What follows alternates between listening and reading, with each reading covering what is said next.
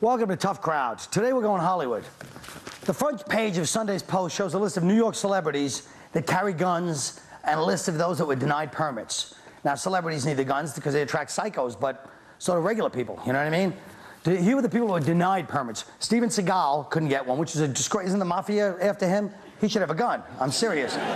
You know, the mafia went after him. They said they made him an offer he couldn't refuse because they looked at a list of all his movies. They said apparently there's no offer he will refuse. But I mean, it's not as easy to kick a man when he's down. But De Niro gets a gun, and so does Keitel. Probably had to go with De Niro to get his. Which reminds me of a story. When I was on SNL, Sylvester Stallone was the guest, so I was one of the writers first, you know, because I'll do anything. I'm humble, folks. I'll be in the business. Stallone brings us to the set of Copland with Keitel, Leota, me and these other writers. He brings us in. You want to go and watch this movie? I'm like, oh, I don't know. Look at me. So we go in this big intense. We go in this big intense scene. Here's Keitel looking, and it feels to me, I'm like, this guy's such a great actor. He's scaring me in this because it looks like he's looking right at my eyes with hate, you know? And then he goes, this was apparently not his line, would it depress you terribly to get this person out of my eye line? He was talking to me. Then Ray Liotta starts belly aching at us too, you know, and Stallone's like, you leave my friends alone. He's getting mad. He's Stallone, you know, I don't need Rocky to fight my battles. I'll take care of it myself. What is the point? The point is, you can have, when you have your own show, you can digress into nonsense like this and nobody says anything.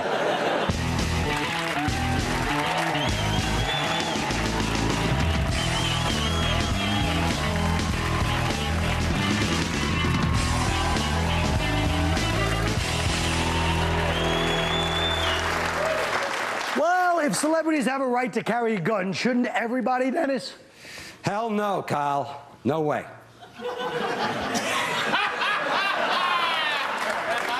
Brevity is the soul of wit. I agree. Patrice. Yeah, Steven Seagal and Joan Rivers got turned down for gun permits. So now that really makes it hard for any other unfamous people to get one. Oh, damn! I could have just said. I don't think we should make it easier for celebrities to have guns. OJ just had a knife, and look what happened. Well, Nick. I don't like the question because it implies I'm not a celebrity. Well, I'll have you know, since appearing on this show, I can't even go to the store for a gallon of milk without being mobbed by crazed fans, most of them black and angry. But yeah, I need a gun. Yeah. All right. Yeah. What do you think, celebrities and guns, Dennis? You really think they should be allowed to have them? What, you mean regular people? Yeah. I thought everybody did have a gun. It depends how big a celebrity you are. If you're like Gandolfini, you can have a bunch of assholes, you know, challenge you in bars every night. Right. So you should have a gun. But if you're like Screech from Saved by the Bell, I mean, who wants to kill him other than his acting coach? I bet plenty of people go after him. Is this protection because they're famous, or? No, we're saying like in New York, there's very strict gun laws. Yeah. Celebrities are allowed to have them, but regular people aren't. So if you're a celebrity getting stalked, but what about hot girls get stalked? All girls get stalked all the time. See that dumb Jerry Seinfeld? He walks around McDougal Street like. That's right. He doesn't carry a gun. He's Jewish. They don't carry guns. He's right. It's just, I don't know, it depends on how much of a pussy you are, I guess. I mean, it's just, whatever, So you're man. saying that pussies carry guns? Whatever. So you're saying anybody with a gun in the hip-hop world is basically, a punk. and let me tell you something, wait, whoa. Yeah, that's what you said. That's what you said. Phooey. This is the worst movie season since 1997. One of the biggest bombs was obviously Gigli. Look at this. Oh, that's professional. In every relationship, there's a bull and a cow. I'm the bull. You're the cow. You got that? Yeah, I got it. Bull cow. Now, I thought that was a good scene, myself. But how could a movie be that bad with all this money? Nick, what happens? First of all, you got a movie where J-Lo spreads her legs and it still lost money. That's how bad the script sucked, okay? Right? She opens her legs, she says, turkey time, gobble, gobble. I mean, who's writing the dialogue? Jared from Subway? I mean,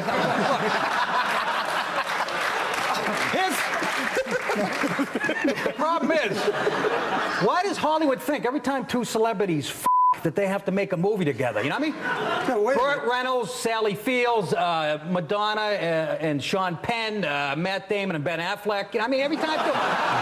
Seriously. Yeah, that was pre-written, ass. Now, Dennis, let me ask you this. Yes. Dennis, you've been in some movies that might not have turned out the way you'd intended. I did. Everybody's done at least one giant piece of shit. I've done at least two. Two If I See, huge bomb. Huge. I thought it was great. I thought Dumbo Drop was great. I thought. Dumbo Drop. When Cuba Gooding was running around, Hey, and he was that the was- gang. That was a Night, good. the That night was, movie. that was a good. I'm not being sarcastic. I'm saying it was Judgment good. Night. Well, That was self-esteem. He's like, Wait a that was minute. good. It was good. I told you. This is why Hey, Patrice.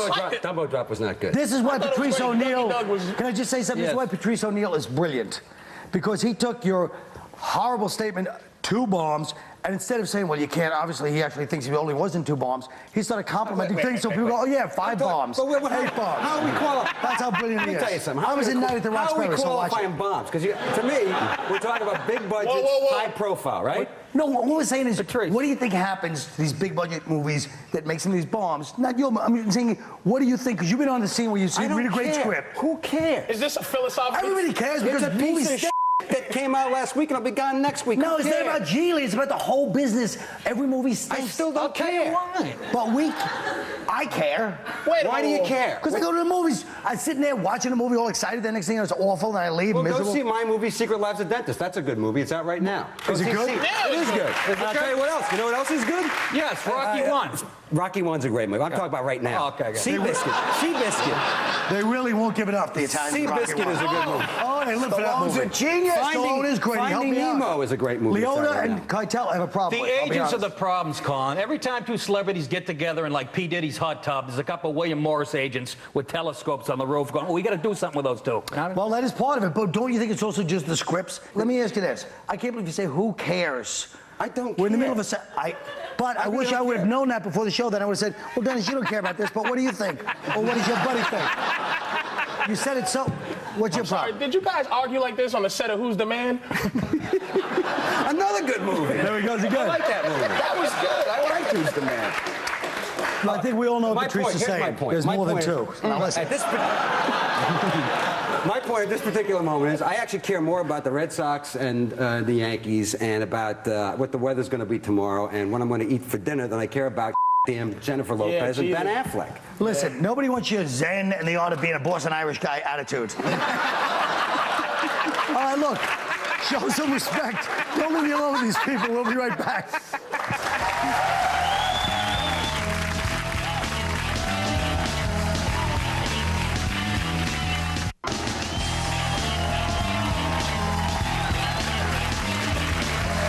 I don't know. They put me here.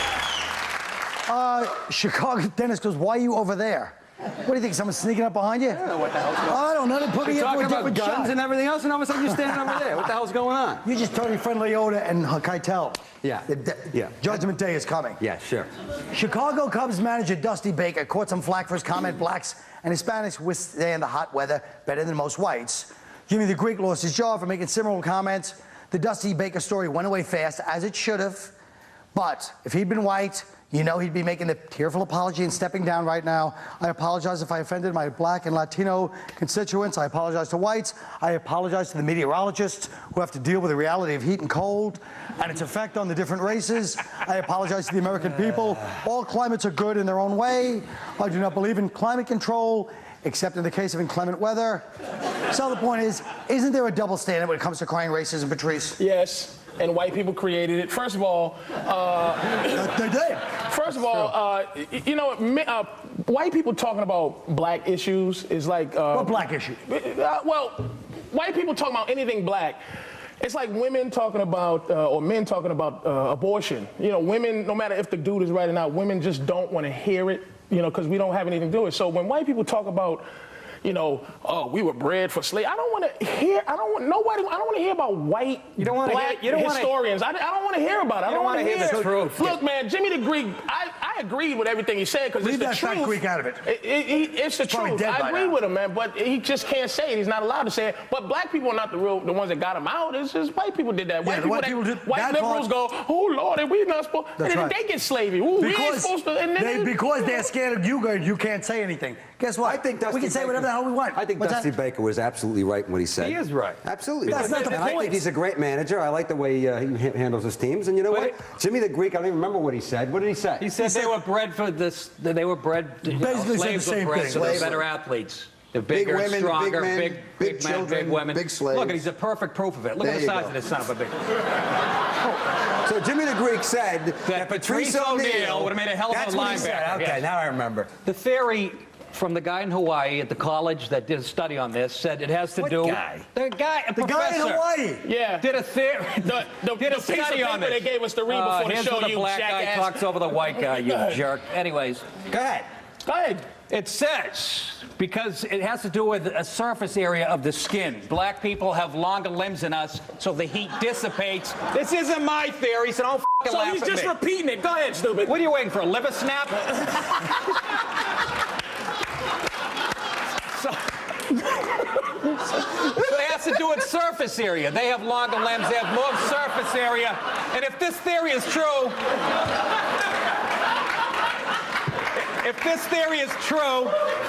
you could stand on I'm the listening. You could stand on the, Longer limbs finish. you could stand on the sun for a week and not break a sweat, you fat bastard. Well, I'm sure. Ridiculous conversation. no, it's not a ridiculous. Thank you, Dennis. It Thank is you. ridiculous. The black guy It's laying not on a even rug. about Dusty Baker anymore. Once he brought up the fact that white people should not bring up certain subjects, that's when it became a good conversation. If you guys can't handle the, the level of it, but hey, Well, listen. what are you saying? We weren't up to par with you two? Christ. No, I'm saying that this son of a bitch called it ridiculous, but I'm saying it wasn't. ridiculous. We covered the topic. We should move on now. That's all I'm saying. It's like your Fine, it's like your Keitel There's four story. guests. This Keitel story. This whole thing about how evil Harvey Keitel. Harvey Keitel's trying to do a goddamn scene in the movie, and some Irish guy standing there staring. I'm going, hey, that's Harvey Keitel. That's the story.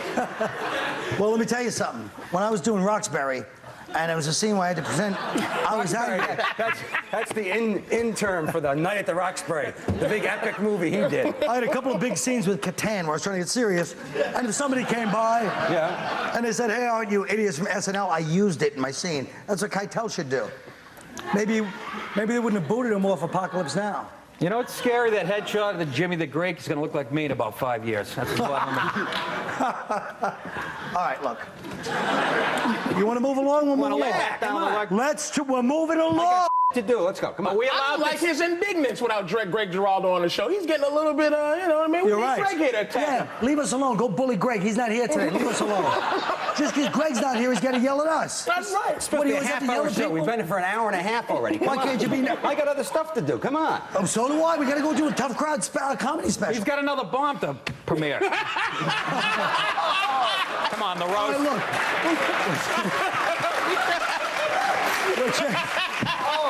All right, are we getting ready changing the for the subject? roast. Is this over? Our national economy depends on you knowing which projects to buy. See, it's over. Happy? Go fulfill your civic duty. We'll be right back.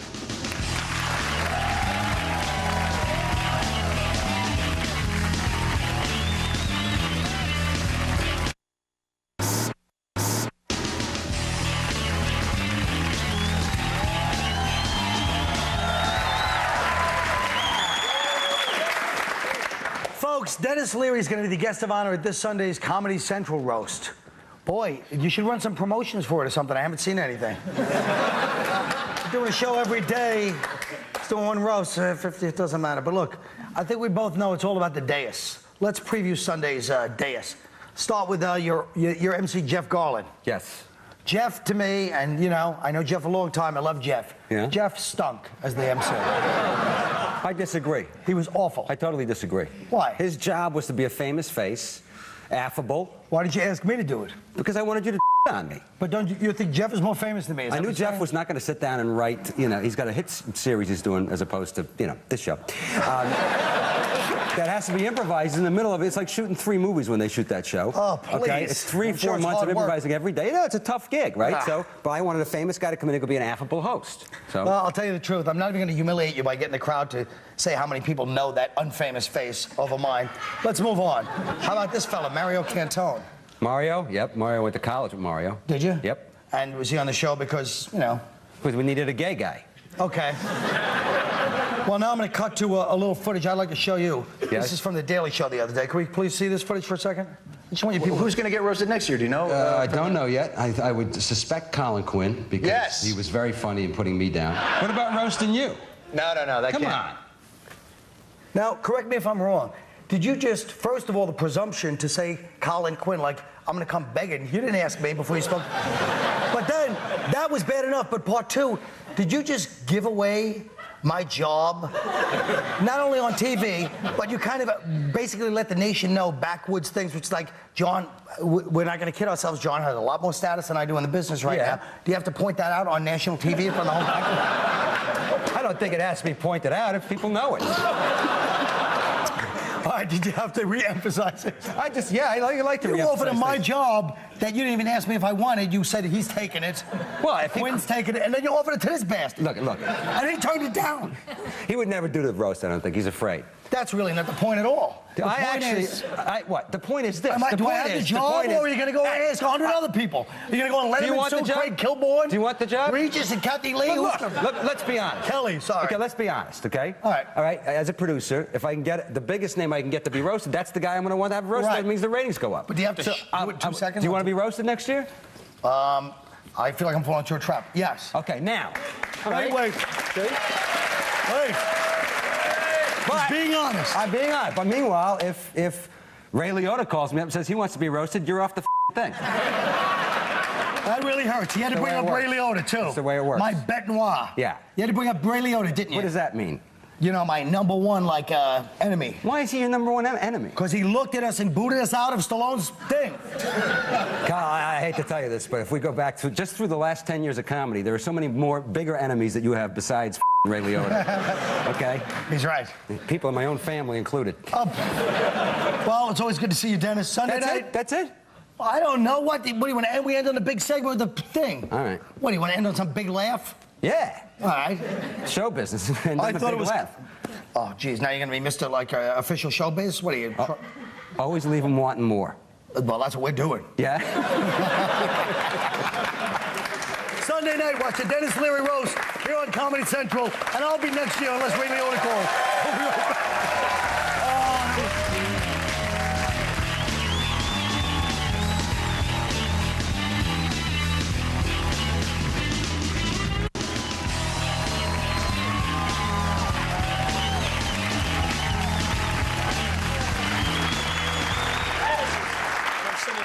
Folks, as we mentioned earlier, many sports figures have said things they wish they could take back. Dusty Baker, Jimmy the Greek, for example. Tell us something that you guys, immediately after the words left your mouth, you wish you could have took back. Dennis? A movie with a giant elephant and Ray Liotta? How much money is it? All right. Adam Ferrara. I was late for a show, and I ran on stage, and what I didn't know is the first half of the audience were people in wheelchairs. And without thinking, I said, look, I parked in your spot once. I didn't know you were going to send everybody. All right. Patrice O'Neill.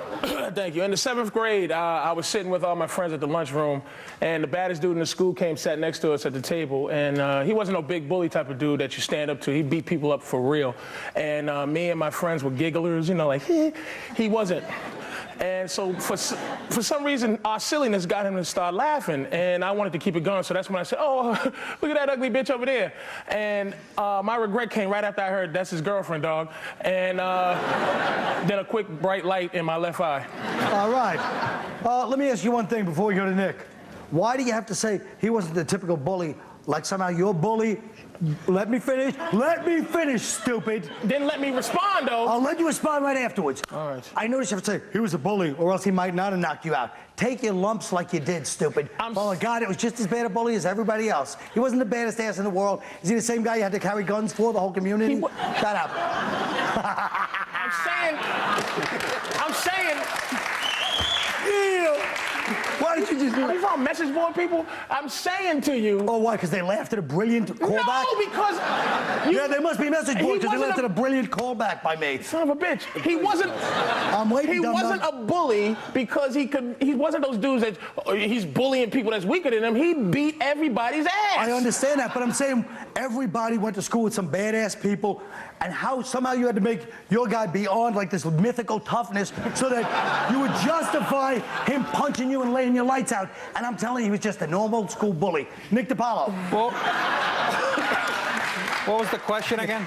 The question, Nick, was, what would you take back if you could regret anything? And you've said a lot of things that I'd like to take back. But go ahead. Back when I was single, I got this girl back to my apartment, and, you know, one thing led to another. Anyways, when she took her bra off, one of her nipples was off center by like 2 inches. That's right, she had a lazy nipple. And of course I couldn't just keep my mouth shut and pretend I didn't notice. I had to say something wise. So I said, "Where'd you get your titties, Marshall's?" And she was like, "F you," and put on her shirt and ran out. And I spent the rest of the night the way a good comic should, watching porn in the dark by myself. Wow. Now, I think we've all learned something tonight. Nick used the word F you. That was worth it for me. That big Italian going, F you. But maybe it wasn't worth it for anybody else. Well, good night, ladies and gentlemen. See you later.